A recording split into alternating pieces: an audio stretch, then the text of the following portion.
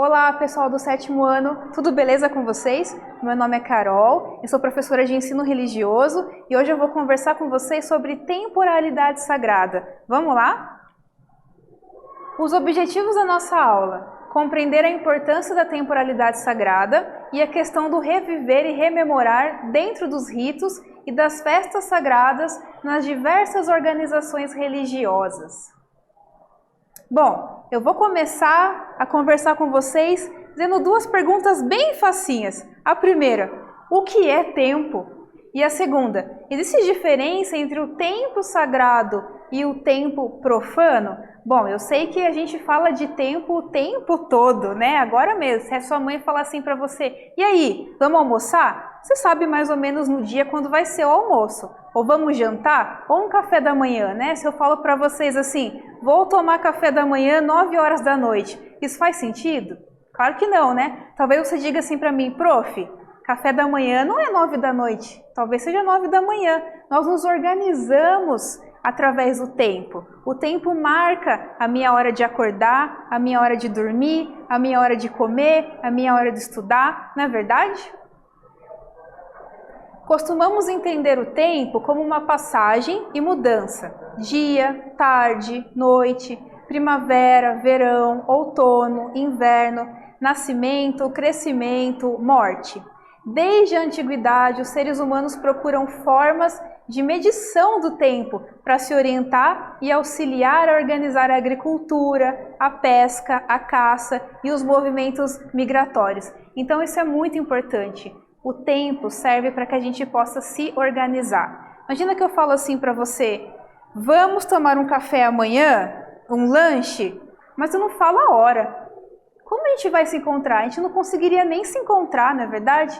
Essa marcação do tempo ela é muito importante nessas questões que eu falei aqui agora. A caça, a pesca. Quanto tempo um agricultor demora para poder colher o que ele planta, que chega aí na nossa casa, né? Quanto tempo demora para um povo ir de um lugar para o outro? Eu estou falando da migração, o tempo do inverno, o tempo do verão que nos auxilia. Então, sem essa marcação do tempo, digamos que a nossa vida seria muito mais complicada do que é hoje, né? Como eu falei para vocês, ele nos organiza durante o dia inteiro. Você com certeza tem uma rotina, você sabe a hora que você deve acordar, a hora que você toma café da manhã, a hora que você vai para a escola, que hora que a minha mãe vem me buscar da escola, a hora que eu deito, durmo e todo esse tipo de coisa. Você sabe também o que eu vou fazer no final de semana. Quantos dias faltam para o final de semana, né? Eu vou descansar qual horário? Então é uma série de marcações que nós temos ao longo do nosso dia, ao longo da nossa vida, que nos ajudam a organizar. O tempo cronológico é esse que costumamos medir por meio de vários instrumentos: relógio, cronômetro, mudança dos fenômenos naturais e etc. Por exemplo, o planeta Terra tem mais de 4 bilhões de anos. A palavra cronológico vem do grego Cronos, e aí tem uma imagem para vocês aí do Cronos, que era o mais novo dos 6 poderosos titãs que pertenciam à primeira geração dos seres divinos. Eles são os filhos de Urano. Urano representa o céu, e da Gaia, que representa a Terra. O Cronos é considerado o pai do tempo na mitologia grega, né? Então você gosta de mitologia grega? Você sabia que o Cronos é tão importante, né? Já que a gente fala assim, o tempo cronológico. Isso vem do Cronos aí, certo? E tem inclusive uma imagem para vocês verem ali. Bom, vamos fazer então uma atividade a partir do que a gente discutiu aqui agora? Como você organiza o seu tempo?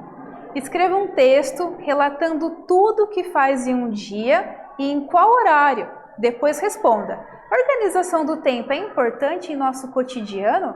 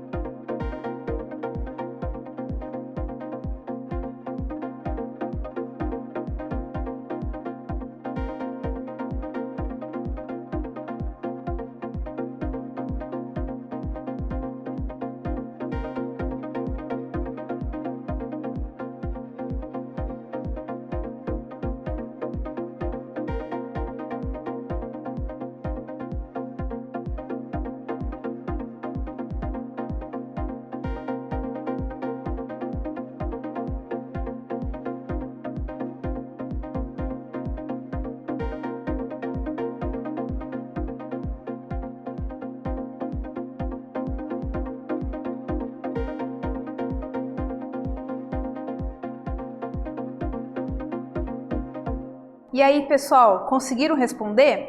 Eu perguntei assim para vocês: como você organiza o seu tempo? Escreva um texto relatando tudo o que faz em um dia e em qual horário. Depois responda: a organização do tempo é importante em nosso cotidiano? É até fácil para a gente responder essa questão, né? Justamente porque é muito importante essa organização do tempo. A gente não consegue fazer nada se a gente não soubesse a hora do café da manhã, a hora do almoço, a hora que eu vou para a escola. Se eu tenho um médico, a coisa mais importante que a gente pergunta é qual o horário, né? Dependendo do horário, eu não sei. E a nossa marcação do tempo é também muito constante. Se eu perguntar para você assim, que horas são? Você certamente vai responder rápido, né? Vou olhar no celular, vou olhar no relógio, vou olhar no relógio que está na parede, porque é muito cotidiano a nossa ideia de marcar o tempo. É cotidiano porque é importante. Como eu falei para vocês, se eu falo assim, e aí, vamos tomar um café da tarde amanhã?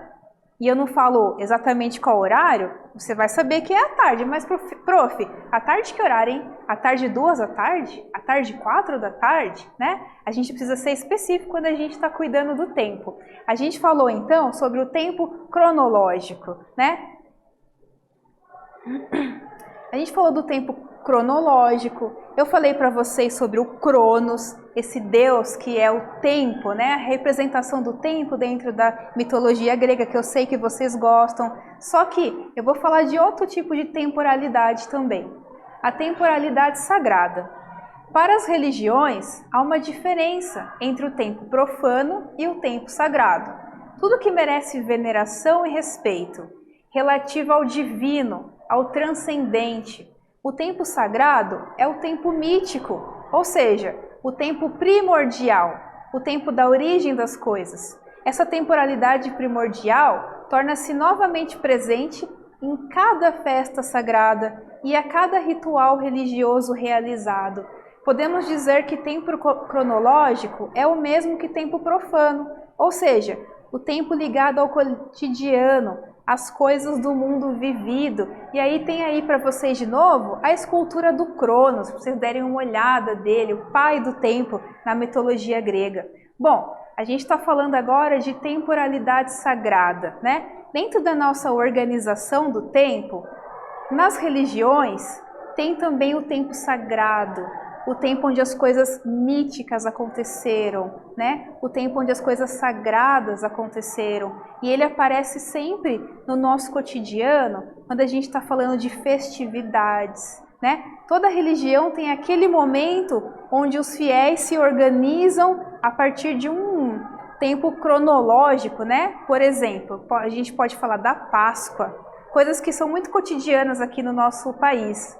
O Natal, a Quaresma, né? São momentos onde dentro desse tempo cronológico existe o sagrado. Ele é marcado por dias específicos, né? Esse tempo de reviver e reconhecer momentos marcantes da religião, tempos sagrados da religião, certo? Algumas religiões organizam o tempo a partir de algum acontecimento sagrado, marcante para essa tradição. A cronologia budista, por exemplo, começa com a morte de Buda, cerca de 400 anos antes de Cristo. A cronologia islâmica começa com a Hégira, que é a data de saída do profeta Muhammad da Meca para Medina, em 622 depois de Cristo. E veja que eu estou usando aqui, a gente está lendo, né? 480 antes de Cristo, 622 depois de Cristo. Professora, de onde que veio isso? Como que isso funciona? Daqui a pouco a gente vai conversar sobre isso.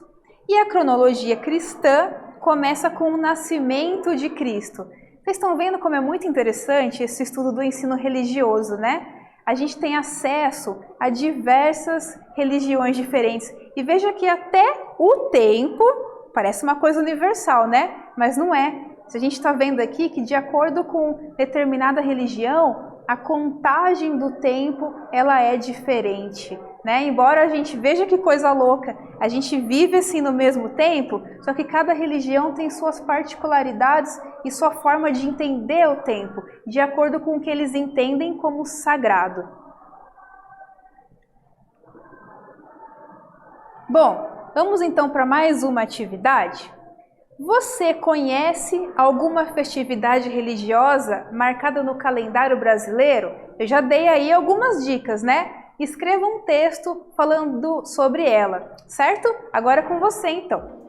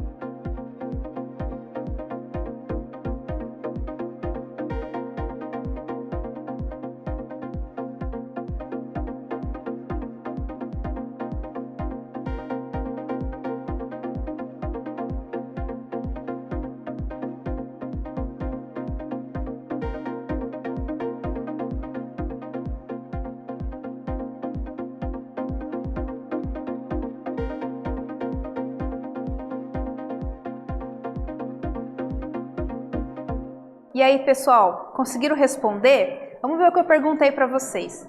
Você conhece alguma festividade religiosa marcada no calendário brasileiro? Escreva um texto falando sobre ela. Bom, nessa nossa conversa aqui eu falei de algumas, né? Eu falei sobre a Páscoa ou sobre o Natal. São todas formas de organização dessa temporalidade sagrada que nós vivemos aqui no nosso país, né? É legal a gente lembrar isso. Existe o nosso tempo cronológico, agora você já sabe a diferença, né, entre o tempo cronológico e uma temporalidade sagrada. Dentro dos dias 1º, 2º de janeiro, de fevereiro, esses dias que nós vivemos, há um calendário religioso também acontecendo e ele se manifesta em períodos como a Quaresma, como a Páscoa e o Natal que eu estava comentando aqui com vocês, né? Então, muito provavelmente você lembrou deles, não é verdade? Bom, eu tinha dito para vocês sobre o calendário cristão. O calendário cristão gregoriano inicia a contagem dos dias a partir do ano do nascimento de Jesus Cristo. Esse calendário foi adotado como oficial no mundo ocidental. Por isso, usamos as nomenclaturas antes de Cristo, AC, ou depois de Cristo, DC. E aqui na imagem, ó, a gente consegue ver que o ano do nascimento de Cristo é o ano 0. Tudo que vem depois disso é DC, depois de Cristo. Nós, por exemplo, estamos no ano 2022 depois de Cristo. tudo que ocorreu antes do nascimento de Cristo, a gente usa AC, certo? Agora uma coisa, 10.000 anos antes de Cristo, muito mais tempo do que 500 anos antes de Cristo, certo? 3 anos antes de Cristo é muito mais tempo do que 1 ano antes de Cristo, certo, gente? Então veja, é curioso a gente pensar sobre isso, né? Como uma religião específica, que é a religião cristã, dita o nosso calendário oficial. Por que é 2.000 anos agora? Por que é 2022? Porque a gente marca o nascimento de Cristo. Olha que coisa curiosa, né? Eu estava comentando com vocês que como cada religião tem uma forma de organizar o seu tempo. A gente está falando aqui de anos, 2.000 anos antes de Cristo, 3.000 anos antes de Cristo, mas há também outras formas de marcar o tempo. Os povos indígenas têm uma maneira própria de marcar a passagem do tempo. Para algum desses povos, a passagem do tempo está relacionada à agricultura e aos fenômenos naturais, como as fases da lua, as estações do ano, os períodos de cheia dos rios, entre outros. Tem aí para vocês também o mês e o acontecimento. Janeiro a gente vê que é o mês da chuva, fevereiro é época de colher milho, março a festa do Quarupi, abril época de derrubada da mata para plantio, maio época de pescaria. Veja como esse calendário ele é organizado de maneira muito diferente, certo? Junho, tempo de gaivota, julho, chegada do verão, agosto, tempo de abacaxi, setembro, época de melancia, outubro, mês em que as tartarugas botam ovos, novembro, época em que amadurece o pequi e dezembro é o plantio da mandioca. Dependendo de qual mês você nasceu, está acontecendo uma coisa diferente, né? Por exemplo, eu, Prof. Carol, nasci em março. Eu sei que é a festa do Quarupi. E você? Se você, por exemplo, nasceu em setembro, você sabe que é época de melancia. Mas eu quero que você preste bastante atenção aqui, ó, nesse calendário agrícola que está aqui do lado. Veja que cada mês ele marca uma coisa diferente. Ele está marcando a natureza.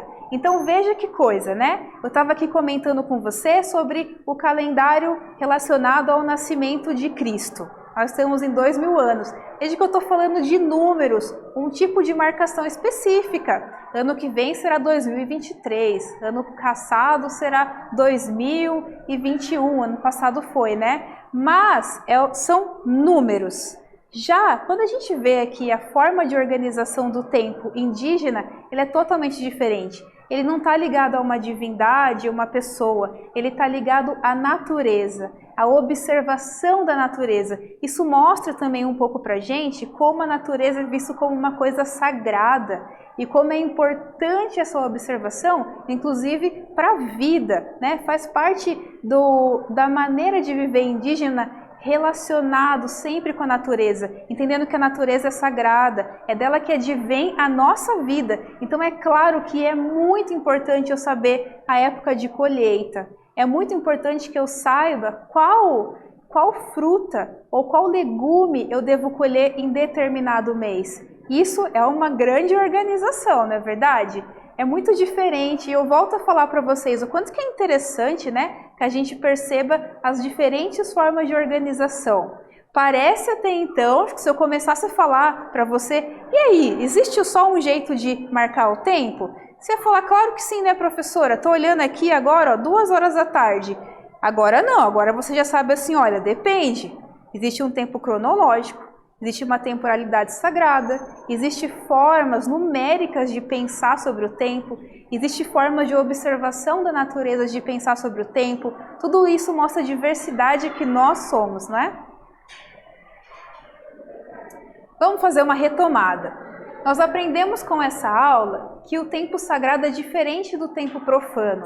O tempo sagrado está ligado ao tempo primordial, ao tempo mítico e os acontecimentos sagrados para as religiões. Certo, gente? Então eu quero agradecer vocês mais uma vez. Muito feliz de estar aqui com vocês hoje dessas aulas. Espero que vocês gostem e até mais. Se cuidem!